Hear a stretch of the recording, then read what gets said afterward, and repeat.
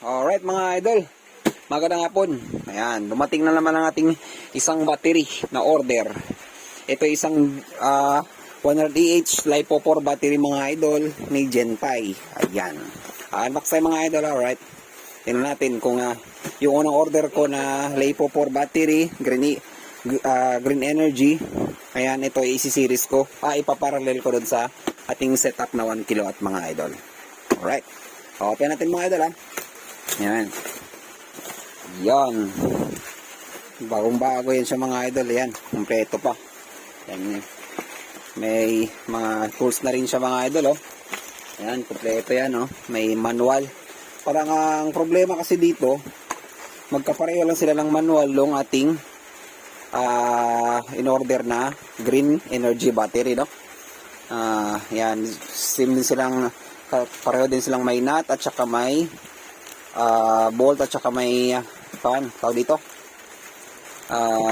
pang pihit, pareho lang sila mga idol. Ayan, so tanggalin na natin siya sa kanyang lagayan.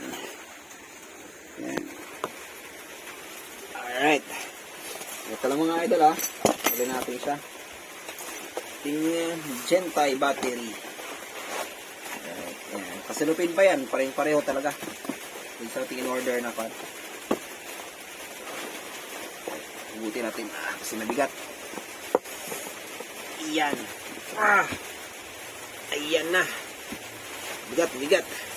Kasi bigat silang dalawa. Ayan mga idol. Ayan. Kung napapansin nyo, may cellophane pa yan. Ayan. Naka-cellophane pa yan mga idol. Ay, blackout pa lang ngayon . Solar yung gamit natin yan. Buhay yung solar natin. Maulan. Ayan. Bagong-bago yan mga idol. Ngayon, eto. Halos magkapareho lang talaga yung lagayan ng Gentai Power at Green Energy. Same lang din ang handle. Ewan ko, baka pangalan na ipinalitan.